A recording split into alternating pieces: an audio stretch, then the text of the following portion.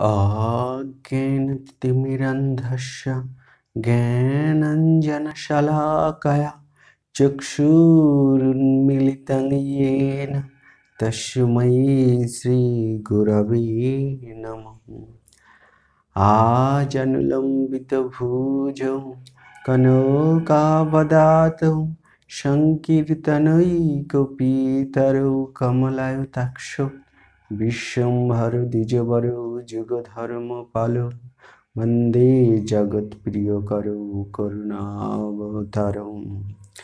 हे कृष्ण करुणा सिन्धु दीनबन्धु जगत्पते गोपीश गोपिकान्त राधाकान्त नमोस्तुते। तप्त काञ्चन गौरांगी राधे वृन्दावनेश्वरी विशोभानुसुते देवी प्रणमामि हरिप्रिये। जय श्री कृष्ण चैतन्य प्रभु नित्यानंद श्री अद्वैत गदाधर श्रीवासादि गौर भक्त वृंद। हरे कृष्ण कृष्ण कृष्ण हरे हरे हरे राम राम राम हरे हरे। जय निताई। প্রভুর কৃপা আশীর্বাদে আমরা আবার ভাগবতের রসধারায় সিক্ত হওয়ার জন্য আপনাদের দ্বারপ্রান্তে উদ্ধবের ব্রজদর্শনের আরেকটি পর্ব নিয়ে উপস্থিত হয়েছি। এ বিষয়ে পরম পূজনীয় ডাক্তার মহানামব্রত ব্রহ্মচারীর অমেয় লেখনীর আস্বাদন আমরা নেওয়ার চেষ্টা করব আমাদের মতো করে। যখন মথুরা থেকে ব্রজে যাত্রা করেন শ্রীমান উদ্ধব, তখন তিনি আপন মনে ভাবনা করেছিলেন নন্দ রাজার কথা, ব্রজবাসীদের কথা, যাদের কথা বলতে শ্রীকৃষ্ণের মতো প্রভুর এত বিহবলতা, না জানি তাদের কৃষ্ণপ্রীতি কত গভীর। এই গভীরতার একটা মানসিক অনুমতি ছিল উদ্ধবের অন্তরে। নন্দরাজার অবস্থা প্রত্যক্ষ সন্দর্শনে উদ্ধব বুঝলেন যে তার অনুমিতি অপেক্ষা নন্দরাজার পুত্র বাৎসল্য গুণ কোটি গুণ গভীর। কৃষ্ণে যে এত অনুরাগ কারও থাকতে পারে ইতিপূর্বে তা কল্পনাতেও আনতে পারেননি শ্রীমান উদ্ধব। তাই তিনি তখন ডুবে গেলেন মহাভাবনার সিন্ধু মধ্যে। প্রবত্ত দিতে হবে নন্দরাজকে, কিন্তু কি বলে? সংসারে যখন কেউ ক্রন্দন করে কারো জন্য, তখন প্রথম প্রবোধদাতার কর্তব্য তাকে কাঁদতে নিষেধ করা। তাহলে উদ্ধবের এখন বলা উচিত, নন্দরাজ আর কাঁদবেন না এমন ব্যাকুলভাবে। কিন্তু এই কথাটি যে কত অনুচিত, অশাস্ত্রীয়, তা কখনোই উচ্চারিত হতে পারে না কোনো শাস্ত্রজ্ঞ ব্যক্তির মুখে।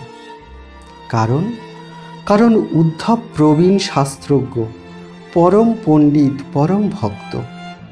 তিনি জানেন, অতি উত্তমভাবেই জানেন যে জীবের জীবনের চরম সার্থকতা ভগবান লাভে। ভগবানকে অন্তরঙ্গভাবে লাভ করা যায় হৃদয়ের আরতি ও ব্যাকুলতা দ্বারা। সংসার ক্ষেত্রে জীবকুল সর্বদা ব্যাকুল ধন জন সুখ ঐশ্বর্যের জন্য, কেউ কেউ স্বর্গ মোক্ষের জন্য। শ্রীকৃষ্ণের জন্য ব্যাকুলতাপূর্ণ মানুষ সুদুর্লভ। শ্রীকৃষ্ণের জন্য তীব্র ব্যাকুলতা লাভই মনুষ্য জীবনের চরমতম সার্থকতা।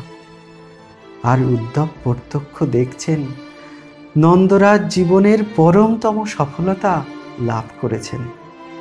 তাকে দেখে উদ্ধবের নিজের অন্তরেই সাধ জাগছে, যাতে ওইরূপ আকুলতা তার হৃদয়েও জাগে শ্রীকৃষ্ণের জন্য। তিনি ভাবেন, বুঝিবা কোটি জন্ম মহা সাধনা করলেও ওইরূপ আরতি তাহার হবে না শ্রীকৃষ্ণ লাভের জন্য। শ্রীকৃষ্ণের জন্য ওইরূপ অশ্রুবর্ষণ উদ্ধব মনে করেন তার শাস্ত্রকঠিন হৃদয়ে কদাপি সম্ভব হবে না। তাই উদ্ধবের প্রবল ইচ্ছা জাগে নন্দরাজের প্রেমপূর্ণ হৃদয়টি লাভ করবার জন্য সব কিছু ছেড়ে ছুড়ে দিয়ে তপস্যা করতে। নন্দরাজ যে প্রেম লাভ করেছেন অনন্ত বিশ্বে তার তুলনা নেই। শ্রীকৃষ্ণের জন্য ব্যাকুল আর্তনাদি যখন জীবের জীবনের চরমতম সার্থকতার পরিচায়ক, তখন উদ্ধব নন্দরাজকে কাঁদতে নিষেধ করবেন কোন মুখে? যদি বলেন উদ্ধব তাকে সম্বোধন করে, হে ব্রজরাজ, আর অমন করে কাঁদবেন না, তাহলে বিশ্বের সকল ধর্মশাস্ত্র উদ্ধবের মুখ চেপে ধরবেন। শাস্ত্রগণ বলবেন, উদ্ধব, এ কি অন্যায় কথা বলছো? যে ক্রন্দনে জীবের জীবন সাধনার সর্বশ্রেষ্ঠ সাফল্য, তুমি সেই কার্যে নিষেধ করছো? তুমি শাস্ত্র নিপুণ হয়ে এমন শাস্ত্র বিগর্হিত উপদেশ দিচ্ছ কোন বিচারে? উদ্ধব শাস্ত্রের মূর্তি, শাস্ত্র সিদ্ধান্ত দ্বারা তার দেহ মন গড়া। শাস্ত্রীয় তত্ত্বের বিপরীত একটি শ্বাস প্রশ্বাস ত্যাগও উদ্ধবের স্বভাব বিরুদ্ধ। সুতরাং শাস্ত্র অনুযায়ী উদ্ধবের বলতে হয়, নন্দরাজ, এমনিভাবে আরও কাঁদুন, যুগ যুগ ধরে আরও আর্ত হয়ে হা কৃষ্ণ বলে আরও অশ্রু বিসর্জন করুন। কিন্তু হায়, এটা তো কোনো সান্ত্বনার ভাষা নয়। যে মহাকাতর তাকে তো আরও কাতর হতে বলা কি প্রবোধদাতার সাজে? যাকে সান্ত্বনা বাক্য বললে হয় শাস্ত্র বিগর্হিত, আবার যাকে শাস্ত্রীয় কথা বললে তা হয় প্রবোধদাতার পক্ষে নিতান্তই অশোভন। তাকে কি কথা বলবে উদ্ধব? শাস্ত্রপ্রবীণ উদ্ধবের পক্ষে নন্দরাজার সান্ত্বনাদাতা হওয়া যে কেবল অতি কঠিন কার্য তা নয়, সম্পূর্ণ অসম্ভব ব্যাপার।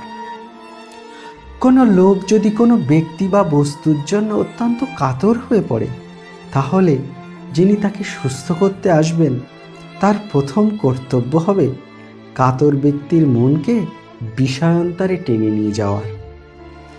যে বিষয়ে সে ব্যথিত, খুব কাতর, সেই বিষয় থেকে তার মন যদি অন্যত্র নিয়ে যাওয়া যায়, তাহলে তার দুঃখের লাঘবতা হতে পারে। তাহলে উদ্ধব যদি তা করেন, তাহলে তাকে নন্দরাজকে এমন কথা বলতে হয় যাতে তার মন শ্রীকৃষ্ণ চিন্তা থেকে অন্যত্র অন্য চিন্তায় চলে যায়। শাস্ত্রপরায়ণ উদ্ধব তা পারেন না, কারণ তিনি জানেন সকল শাস্ত্রের উপদেশই হল জগতের যাবতীয় বিষয় পরিত্যাগ করে, এমনকি সর্বধর্মান পরিত্যাজ্য একমাত্র শ্রীকৃষ্ণ স্মরণ করাই জীবের পরম শ্রেয়।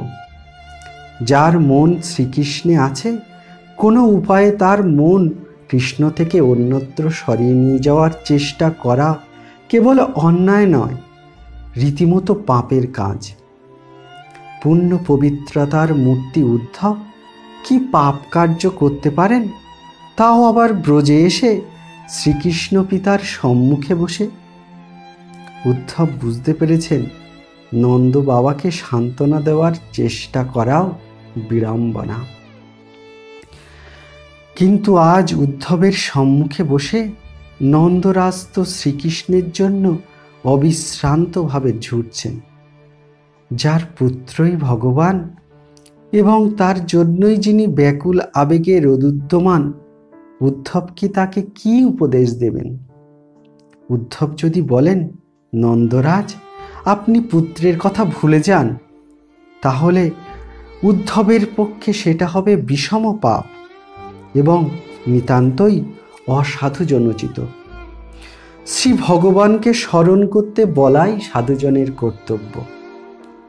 তাই সাধুশ্রেষ্ঠ উদ্ধব কোন মুখে নন্দরাজকে বলবেন পুত্রের কথা ভুলে যান? আবার উদ্ধব যদি বলেন, নন্দরাজ, ভগবানের কথা স্মরণ করুন, তাহলে তিনি যা করছেন তাই আরো বেশি করে করতে বলা হয়। উদ্ধব জানেন শ্রীকৃষ্ণই ভগবান, একমাত্র তার সঙ্গে সম্বন্ধই জীবের নিত্য শাশ্বত সম্বন্ধ। সুতরাং নন্দরাজকে ভগবানের কথা স্মরণ করতে বলাও যা, তার পুত্রের কথা বলে আরও কাতর হতে বলাও তা। কিন্তু যিনি যার জন্য কাঁদছেন তাকে তার জন্য আরও কাঁদতে বলা তো সান্ত্বনাদাতার ভাষা নয়।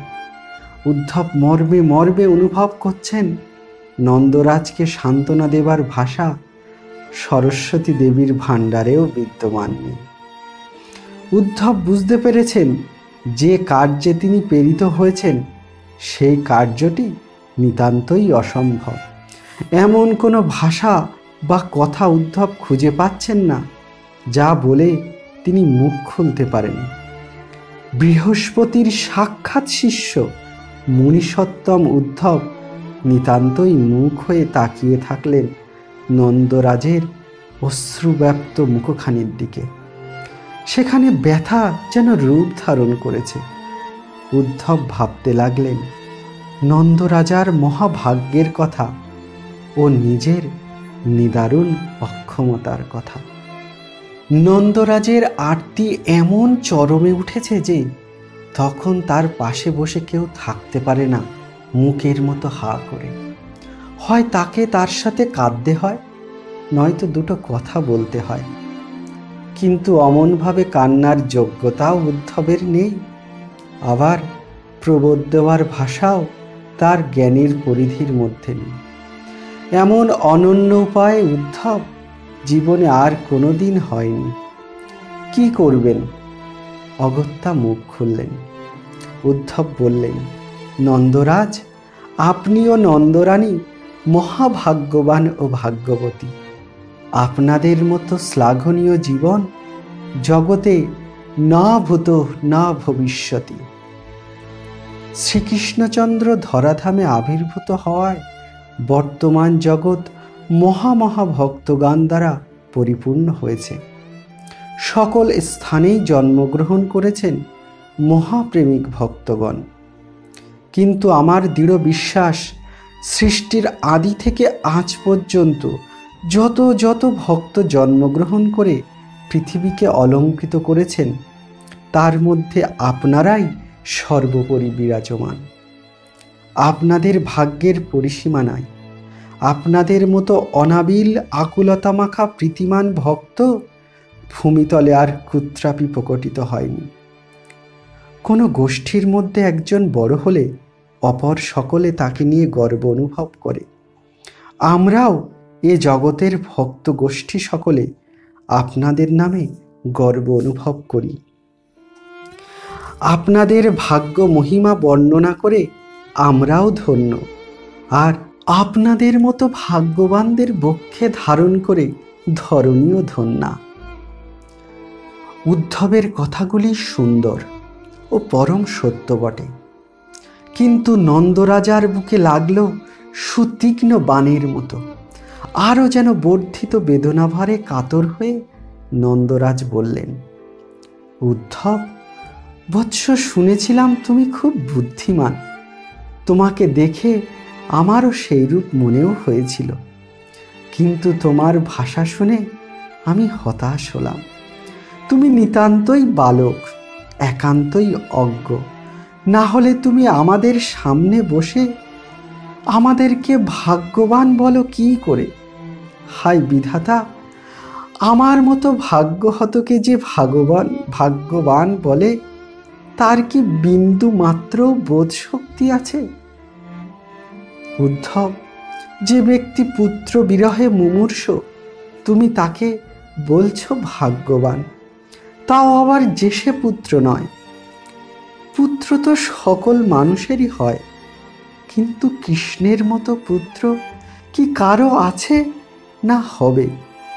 এমন পুত্রহারা হয়ে মরণাধিক বেদনায় যে নিশিদিন ছটফট করছে, তুমি তাকে ভাগ্যশালী বলতে পারতে না উদ্ধব, যদি এক কণা অনুভব শক্তিও তোমার হৃদয়ে থাকত। ঘটে যার অতি সাধারণ বুদ্ধিও আছে, সেও বুঝবে এ সংসারে আমাদের মতো ভাগ্যহত আর কখনো জন্মগ্রহণ করেনি। অতি বড় শত্রুও যেন আমাদের মতো দুর্ভাগ্য লাভ না করে। উদ্ধব আমাদের উপর বিধি বিমুখ, তাই এমন কথাও শুনতে হলো। আমাকে ভাগ্যবান বলা এক প্রকার বিদ্রূপ তুল্য। বেদনার উপর বিদ্রূপ ক্ষতস্থানে ক্ষার লেপনের মতো। তোমাতে বিচার বুদ্ধি অপ্রচুর ও অন্তর তোমার অনুভবহীন মনে করে তাই ওই কথা আমি সহ্য করলাম। নন্দরাজের কথায় উদ্ধব স্তব্ধ হয়ে গেলেন। বুঝলেন কথাটা বলা মোটেও ভালো হয়নি। তার কথায় কৃষ্ণ পিতার বেদনা বর্ধিতই হয়েছে। উদ্ধব গভীরভাবে ভাবলেন। দেখলেন তিনি যা বলেছেন তা তো সর্বতোভাবেই যথার্থ। যার হৃদয়ে ওইরূপ আকুলতা ভরা কৃষ্ণ অনুরাগ, এই বিশ্ব সংসারের তো সেই পরম ভাগ্যবান। নিখিল শাস্ত্রসমূহ তো উদ্ধবের পক্ষেই সাক্ষ্য দেবে। কিন্তু কি আশ্চর্য, এই কথাটা যে নন্দরাজের বেদনাবর্ধনের কারণ হতে পারে, উদ্ধব সেটা মোটেও বুঝতে পারছেন না। আসলে নন্দরাজের যে কৃষ্ণপ্রেম নিখিল শাস্ত্র সিদ্ধান্তেরও অতি ঊর্ধ্বে বিরাজিত, সেই রহস্যটা উদ্ধব ভেদ না করতে পেরে দিগ্ভ্রান্তের মতো পথ খুঁজতে লাগল। নন্দরাজের ব্যথাটি আসলে উদ্ধব যদি অনুভব করতেন না, তাহলে তিনিও তার সঙ্গে আকুল হয়ে কাঁদতেন কৃষ্ণপ্রেমে। উদ্ধব সেটা নিতে পারেননি। অতখানি অনুরাগ যাহার প্রাণে, তিনি যে কত বড়, অর্থাৎ নন্দ মহারাজের হৃদয়টা যে কত বিশাল, এটা উদ্ধব বেশ হৃদয়ঙ্গম করতে পেরেছেন, এবং করতে পেরেছেন বলেই তাকে মহা মহা ভাগ্যবান বলে চিহ্নিতও করতে পেরেছেন। নন্দরাজের কৃষ্ণ বাৎসল্যের বিশালতায় উদ্ধব মুগ্ধই হয়েছেন, কিন্তু নন্দ মহারাজের কৃষ্ণ বাৎসল্যের গভীরতায় অবগাহন করে থই হারাতে পারেননি। উদ্ধব নিজেকে নিজেই বুঝতে পারছেন না, কারণ উদ্ধবের চিত্তে যে কৃষ্ণ ভক্তি, সেই কৃষ্ণ ভক্তিতে ঐশ্বর্যের স্ফূর্তিই প্রধান রূপে বিরাজিত। শ্রীকৃষ্ণই পরদেবতা, পরব্রহ্ম, এটা উদ্ধব সর্ব অন্তঃকরণেই জানেন। জীবের অনুরাগের পরম বিষয় পূর্ণ ভগবান শ্রীকৃষ্ণই।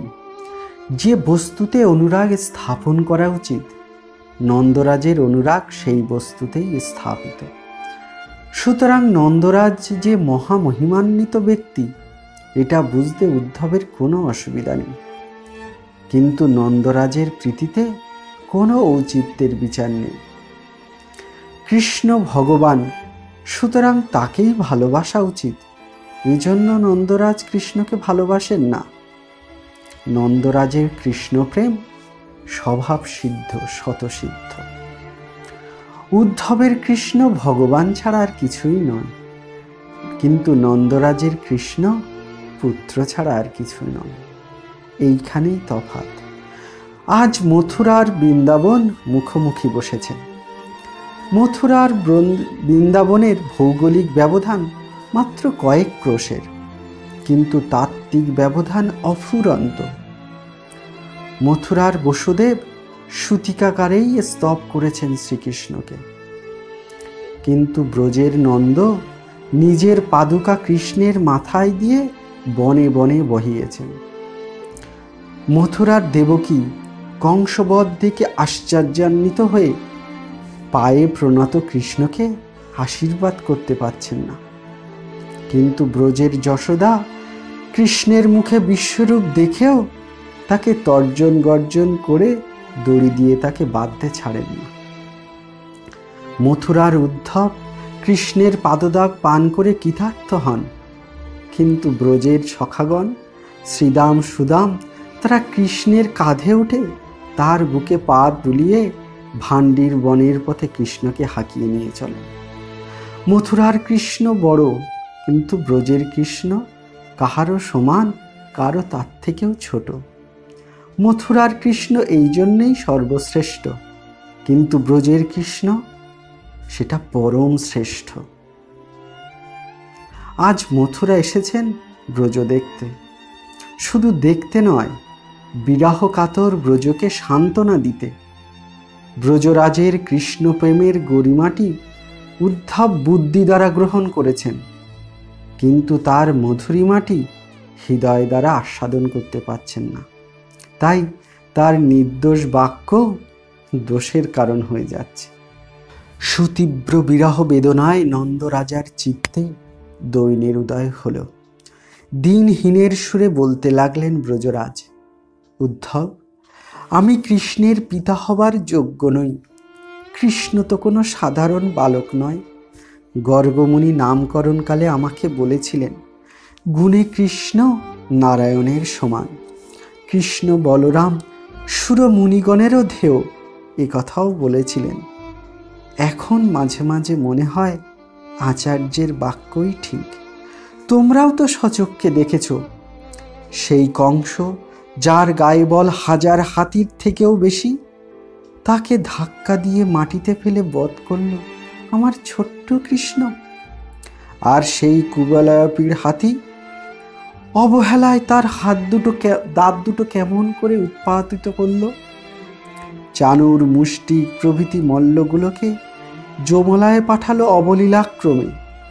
সিংহ যেমন বনের পশুগুলোকে ধরে, ঠিক সেই রকম। মত্ত হস্তি যেমন ইক্ষুদণ্ড ভাঙে, তেমন করে ভাঙল কৃষ্ণ আমার শিবের ধনুকখানা। ধনুকখানা তো নিহাতি ছোটোখাটো ছিল না, পুরানো হলেও জীর্ণ হয়নি, বিশেষ সারবান ও শক্তই ছিল। এসবগুলো তো উদ্ধব তোমরা নিজেদের চোখেই দেখেছ, ব্রজেও কম দেখিনি আমরা। 7 বছর বয়সে সে গিরিগোবর্ধনকে হাতে করে 1 সপ্তাহকাল দাঁড়িয়েছিল। প্রলম্ব, ধেনুক, অরিষ্ট, তৃণাবর্ত, বক প্রভৃতি অসুরগুলি, যাদের ভয়ে সুরাসুর কম্পমান, তাদের বধ করেছে কৃষ্ণ খেলতে খেলতে। এগুলো তো সব আমাদের চোখেই দেখা। এসব দেখে শুনে আর আচার্যের কথা স্মরণ করে আমি ঠিকই বুঝেছি, কৃষ্ণ সাধারণ মানুষ নয়।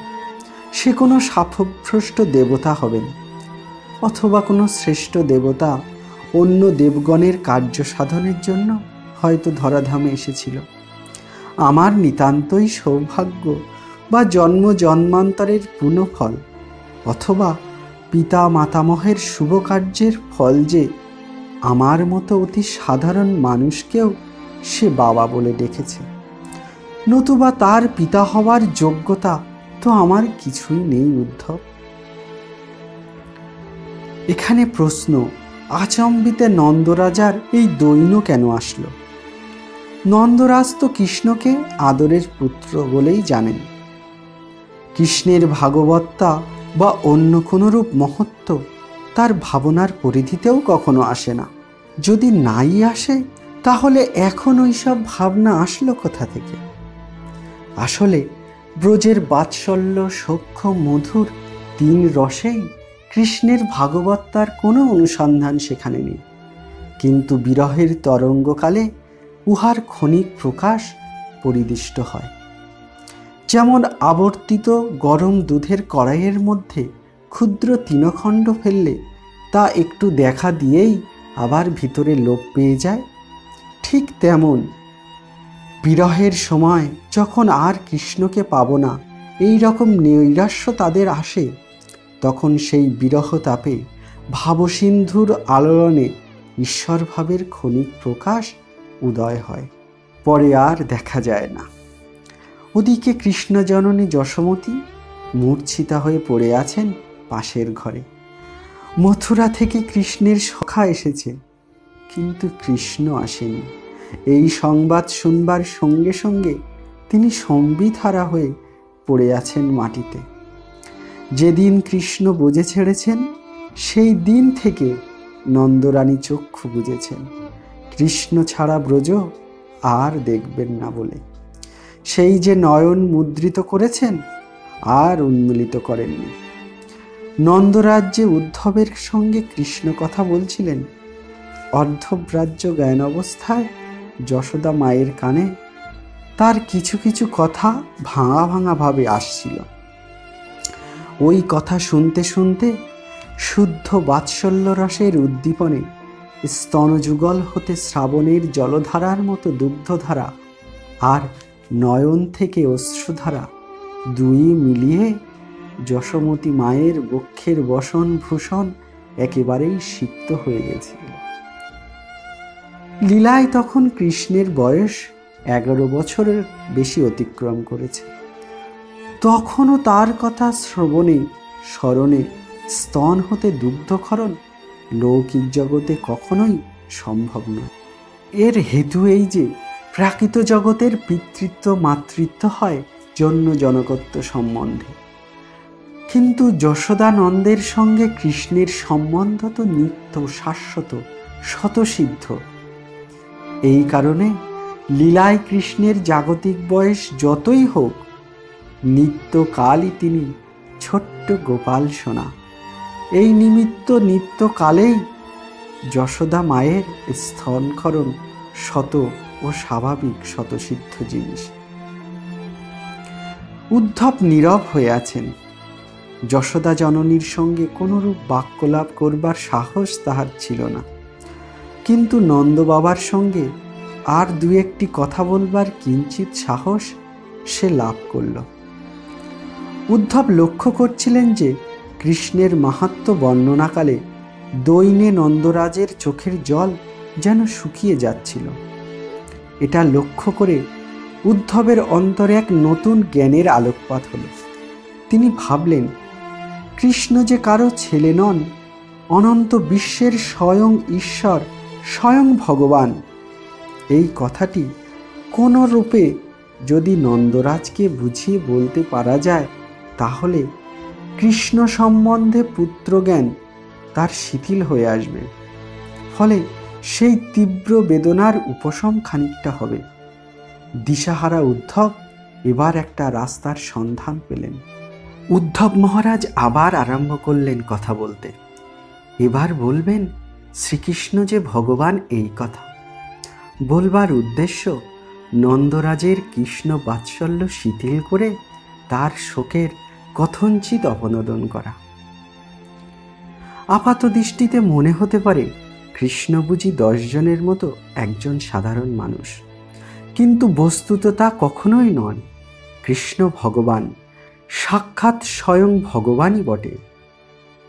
তাই উদ্ধব মহারাজ নন্দরাজকে বলছেন, আপনারা যাকে এত গভীর ভালোবাসেন, তিনি যে সে বস্তু নন, স্বয়ং নারায়ণ, মহানারায়ণ বা মূল নারায়ণ।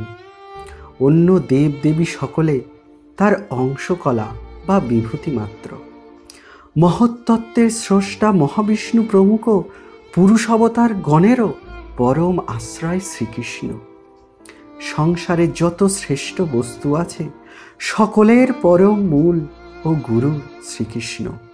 এমন মহাধনকে বশীভূত করে ফেলেছেন আপনারা প্রীতির দ্বারা। আপনাদের ভক্তির কি আর তুলনা আছে? এমন ভক্তিধন যাদের আছে, তাদের মতো মহাভাগ্যশালী জগতে আর কে আছে? আপনারা যাদের পুত্র মনে করেন নন্দরাজ, সেই কৃষ্ণ বলরাম যে কি বস্তু তা আরো ভালো করে বলি শুনুন। এতেও হি বিশ্বস্য চ বীজযোনি রাম মুকুন্দ পুরুষ প্রধানম। কৃষ্ণ রাম এই নিখিল বিশ্বজগতের বীজ ও জনি। নিখিল বিশ্বের মূল বীজ হচ্ছেন পুরুষ ও আদি জনি হচ্ছেন প্রকৃতি। সকল পুরুষের আশ্রয় যে পরম পুরুষ, তিনি শ্রীকৃষ্ণ।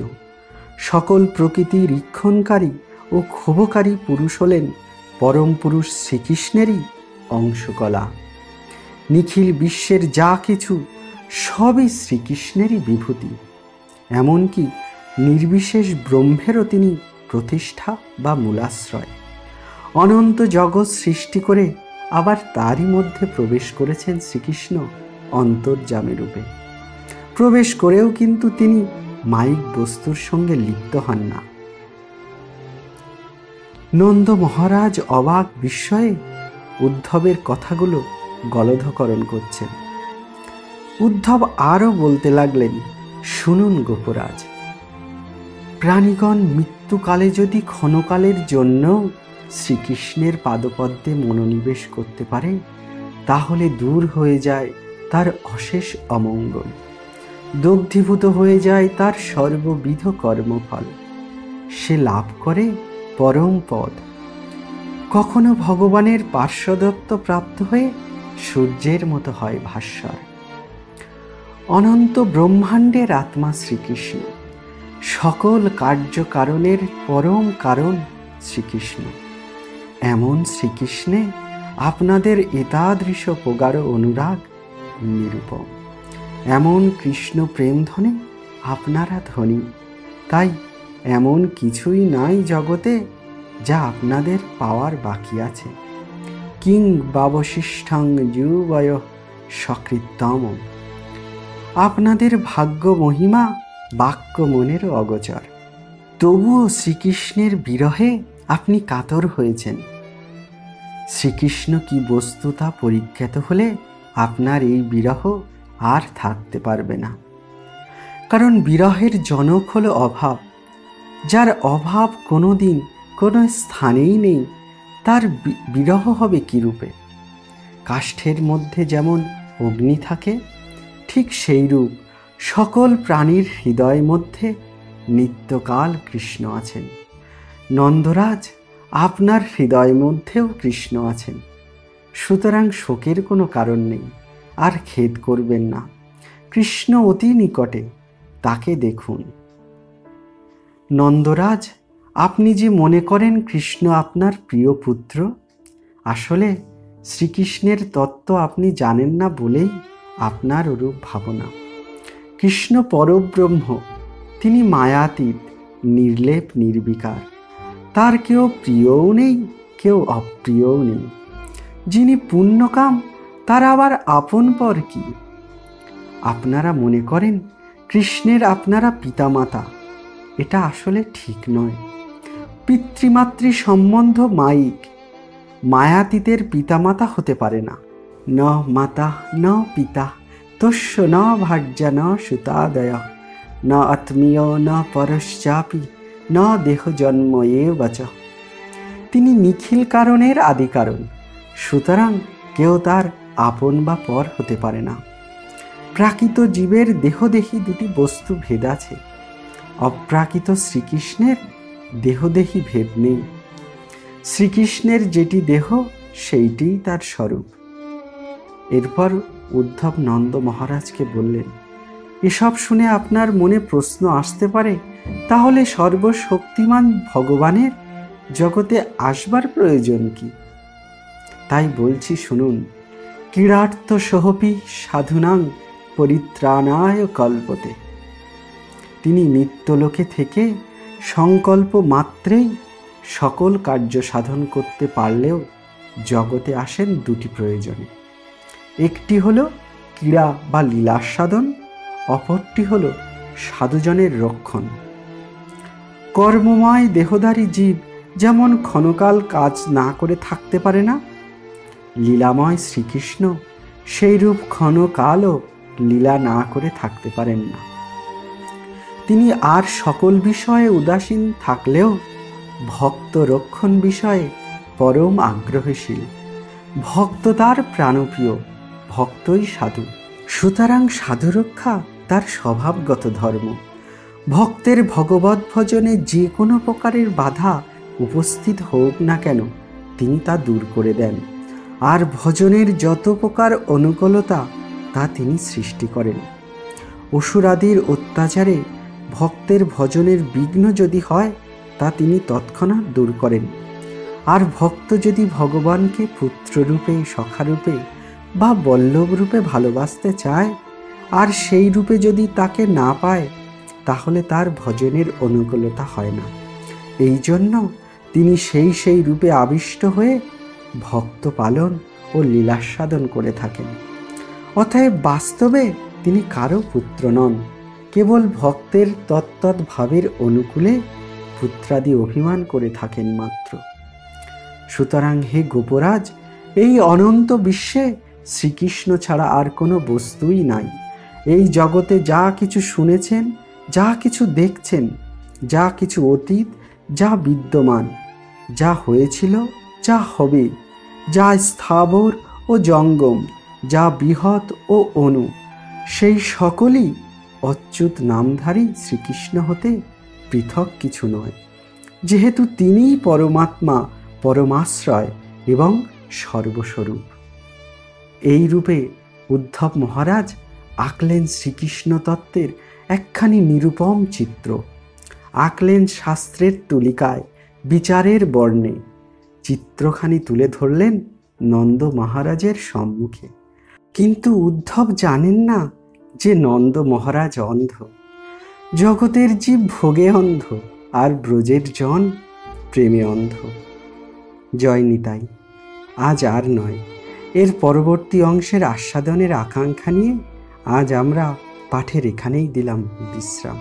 জয় নিতাই।